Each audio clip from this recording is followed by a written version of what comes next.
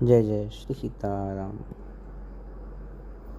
जैसे भगवान के भक्त हैं और भगवान के भजन के द्वारा, भक्ति के द्वारा भगवान के लोकों को प्राप्त करते हैं ना। कहते हैं कि भगवान के लोक में जाएंगे, भगवान की सेवा करेंगे। इसी प्रकार से जो श्वेत द्वीप है ये भगवान का एक धाम है, भगवान का लोक है। भगवान कहाँ विराजते हैं? क्षीर सागर में। तो क्षीर सागर के उत्तर में एक विशाल द्वीप है जिसे कहते हैं श्वेत द्वीप। भगवान का जो भजन करते हैं, भगवान के भक्त होते हैं, उनको वहाँ पे निवास मिलता है। और वहाँ के जो निवासी रहते हैं वो इंद्रियों से रहित रहते हैं, इंद्रियों के विकार उनको व्यापते नहीं हैं, निराहार रहते हैं, उनको आहार करने की आवश्यकता नहीं होती और साथ ही साथ ज्ञान से संपन्न रहते हैं। उनके जो शरीर हैं वो हमारी तरह पंच महाभूतों से नहीं बने होते हैं, उनके शरीर दिव्य होते हैं और उनके शरीर से सदा ही दिव्य सुगंध निकलती रहती है। उस द्वीप में जितने भी लोग हैं वो सभी प्रकार के पापों से रहित रहते हैं। वहाँ पर काल का प्रभाव नहीं है, वहाँ पर समय चक्र का प्रभाव नहीं है कि इतनी आयु हो जाएगी तो आपका समय पूरा हो जाएगा, आपको शरीर छोड़ना पड़ेगा। ऐसा कोई भी प्रभाव वहाँ पर नहीं है। कोई पापी जीव, कोई पापी मनुष्य उनका दर्शन भी नहीं कर सकता है, इतना उनके शरीर में तेज होता है। उनका शरीर, उनकी हड्डियाँ सभी वज्र के समान होती हैं। वो मान और अपमान दोनों को ही समान समझते हैं। उनके सभी प्रकार के जो अंग हैं वो दिव्य होते हैं और साथ ही साथ वो योग बल से संपन्न होते हैं। उनके शरीर से सदैव अद्भुत ही जो तेज है वो निकलता रहता है और साथ ही वो उपासना भी महातेज रूप की करते हैं, एक प्रकाश रूप की उपासना करते हैं। भगवान जो हैं, भगवान श्री हरि, वही वहाँ के निवासियों को तेज पुंज के रूप में ही दर्शन देते हैं। उस समय भगवान की जो प्रभा है वो करोड़ों सूर्य के समान होती है। इस प्रकार से वहाँ के जो लोग हैं वो भगवान श्री हरि का ही पूजन करते हैं। अब नारद जी का तो स्वभाव है कि विभिन्न प्रकार के लोकों की यात्रा करना और हर प्रकार के लोक की यात्रा करके वहाँ के जो रहने वाले हैं उनको समझाना, बुझाना, भगवान की भक्ति भजन में लगाना, यही उनका काम है। तो एक बार नारद जी घूमते घूमते श्वेत द्वीप पहुँचे और श्वेत द्वीप में जैसे ही प्रवेश किया तो वहाँ देखा कि द्वार पर भगवान श्री हरि का एक मंदिर है। तो मंदिर में जैसे ही प्रवेश किया, भगवान को प्रणाम किया, तो भगवान का जो विग्रह था, भगवान की मूर्ति थी, उस मूर्ति ने अपने हाथ के इशारे से नारद जी को उस द्वीप से जाने का इशारा कर दिया कि आप यहाँ से चले जाइए। अब नारद जी को बात सही नहीं लगी। नारद जी ने कहा कि कभी ऐसा नहीं हुआ कि हमें किसी ने इस प्रकार से जाने के लिए कहा हो किसी भी द्वीप से, और वो भी भगवान का विग्रह कह रहा है। तो चलो इस बात की जो जांच पड़ताल है ये भगवान से ही चलकर करते हैं। तो नारद जी पहुँचे भगवान के पास, भगवान को सारी बात बताई कि हम इस प्रकार से श्वेत द्वीप में गए और वहाँ आपके मंदिर में हमने दर्शन किया और पता नहीं क्या हुआ कि आपके विग्रह ने हमें हाथ के इशारे से उस द्वीप से जाने का संकेत कर दिया। तो भगवान ने कहा अच्छा ऐसा हुआ? तो नारद जी ने कहा हाँ। तो भगवान ने कहा कि चलिए हम आपके साथ चलते हैं, हम देखते हैं वहाँ क्या है क्या नहीं। अब नारद जी और भगवान श्री हरि दोनों चले हैं श्वेत द्वीप की ओर। श्वेत द्वीप वास्तव में है कैसा और वहाँ के जो रहने वाले हैं वो कैसे हैं? श्वेत दीप बासी सदा रूप के उपासी गए, नारद बिलासी उपदेश आशा लागी है। जो श्वेत द्वीप में निवास करने वाले भक्त हैं वो तो भगवान के रूप की उपासना करते हैं। नारद जी क्यों गए? नारद बिलासी उपदेश आशा लागी है। नारद जी वहाँ उनको ज्ञान का उपदेश करने गए। दई प्रभु सैन्य जिम्मी आव ही ऐन दिग, देखे सदा चैन मति गति अनुरागी है। फिर दुख पाई जा कही श्री वैकुंठनाथ, साथ लिए चलो लखो भक्ति अंग पागी है। देखियो एक सर खग रहो ध्यान धरी ऋषि, पूछे कहो हरि कहो बड़ो बड़ भागी है। तो नारद जी भगवान के साथ पहुँचे श्वेत द्वीप में। नारद जी के तो मन में पहले ही से ही था कि हम जाएंगे, वहाँ के जो भक्त हैं उनको जाकर ज्ञान का उपदेश करेंगे। तो वहाँ भगवान ने उनको एक संकेत कर दिया था कि भाई इस इच्छा को लेकर कि हम यहाँ पे ज्ञान का उपदेश करेंगे, इस इच्छा को लेकर यहाँ पे मत आओ। तो भगवान से जाकर सब बात कही, भगवान के साथ आए। तो नारद जी और भगवान जब श्वेत द्वीप पहुँचे तो श्वेत द्वीप में प्रवेश करने के बाद थोड़ा आगे बढ़े तो वहाँ नारद जी ने देखा कि एक सरोवर है। उस सरोवर के तट पर एक पक्षी ध्यान लगाए हुए बैठा है। पक्षी कहें या हंस कहें, वो ध्यान लगाए हुए बैठा है। तो नारद जी ने कहा कि प्रभु ये पक्षी इस प्रकार से बिल्कुल स्थिर कैसे है? कोई इसके शरीर में हलचल नहीं हो रही है, ये इस प्रकार से कैसे बैठा हुआ है? तो भगवान ने कहा कि नारद, ये जो पक्षी है ये बड़ा भाग्यशाली है। क्यों? क्योंकि भगवान की भक्ति में पूर्ण रूप से लीन है। बरस हजार बीते भय नहीं चित चीते, प्यास सोई रहत ए पानी नहीं पीजिए।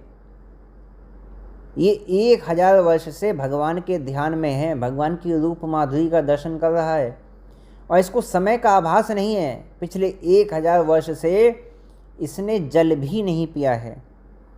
पावे जो प्रसाद जब जीव सो स्वाद लेत नहीं और या कीमती रस भीजिए। ये केवल भगवान का जो अधर्मित है, भगवान की जो प्रसादी है, केवल उसका ही सेवन करता है। नारद जी ने कहा, अच्छा प्रभु ऐसी बात है? पानी में रहते हुए भी प्यासा रहता है लेकिन पानी नहीं पीता। प्रभु इसकी तो प्रभु बड़ी अच्छी निष्ठा है, बड़ी अच्छी निष्ठा है। यदि मुझे इसका प्रसाद मिल जाए तो मैं धन्य हो जाऊं। लेकिन प्रभु ये जल क्यों नहीं पीता है? तो भगवान ने कहा कि जब इसे प्रसाद मिलता है तभी ये जीव से उसका स्वाद लेता है। ये बिना प्रसाद के कुछ भी ग्रहण नहीं करता। इसकी जो बुद्धि है ये प्रसाद के रस में ही मग्न है। आप मेरी बात को मानिए। तो नारद जी ने कहा कि प्रभु ऐसे कैसे? नारद जी ने क्या किया, एक दोना लिया और दोने में जल भरकर उस पक्षी के सामने रख दिया। उसने नहीं पिया, वो वैसे ही ध्यान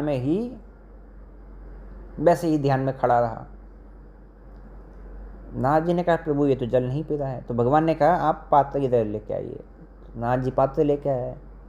पात्र लेकर आए तो भगवान ने उस पात्र में थोड़ा सा पान कर लिया और उसका जो प्रसाद था प्रसाद रूप में छोड़ दिया। और भगवान ने कहा नारद जी से, अब ये आप ले जाके उसके सामने रख दीजिए।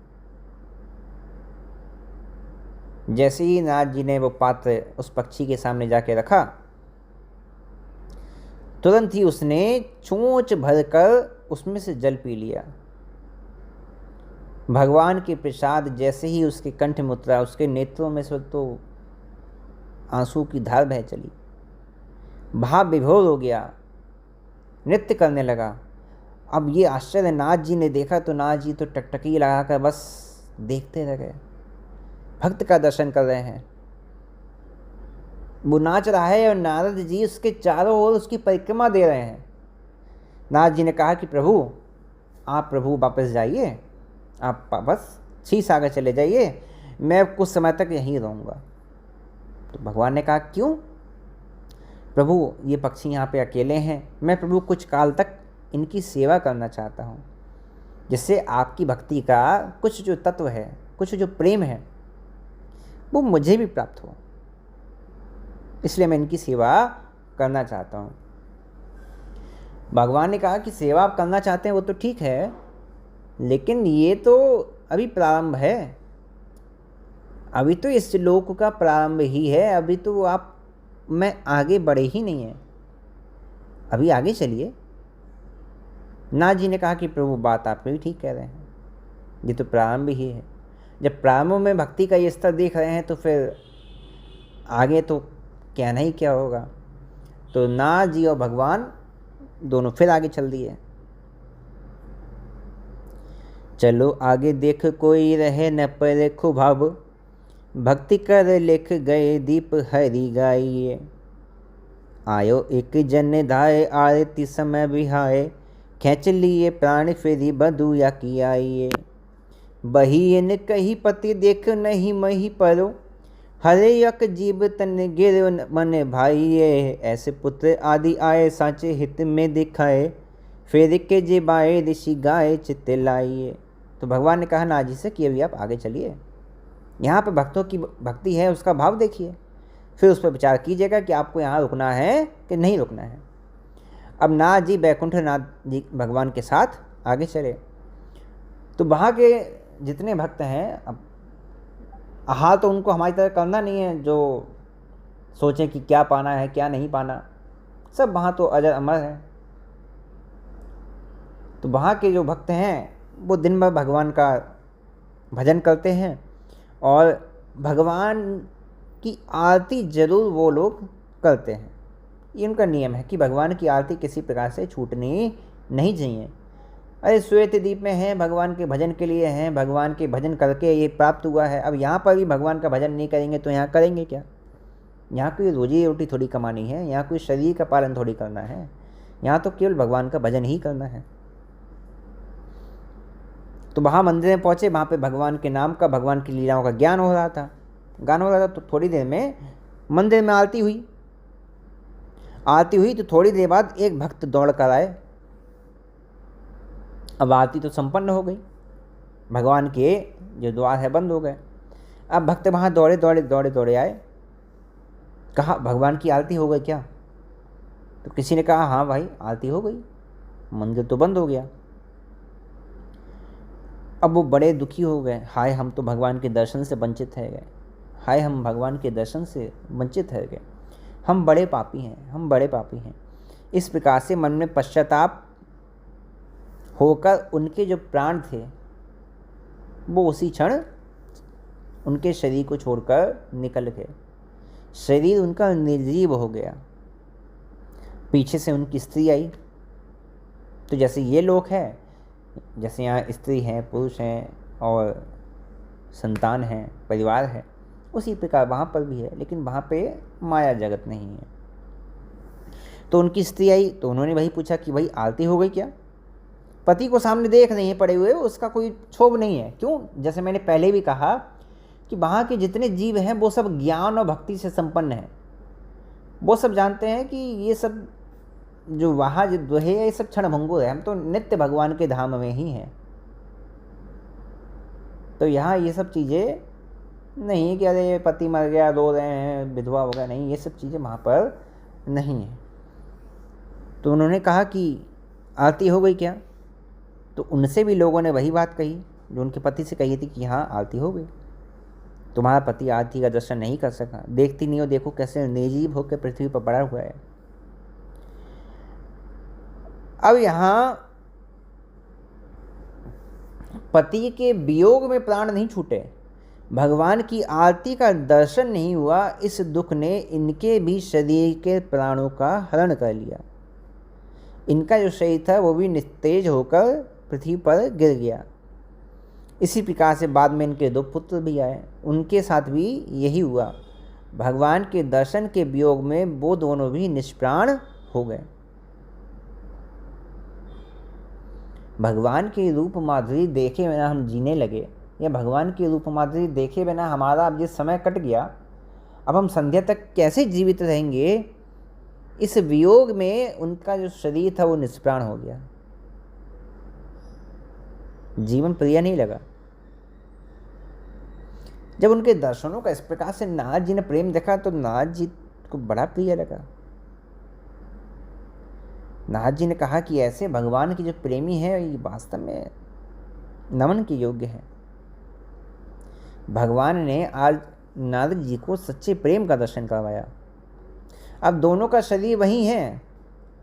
अब ये नहीं कि मंदिर अशुद्ध हो गया और अब क्या करें, इन चारों के शरीरों को यहाँ से लेके जाओ, संस्कार करो, है ना, ये सब चीज़ें नहीं, इनका संस्कार करो, ये सब चीज़ें नहीं। संध्या का समय हुआ,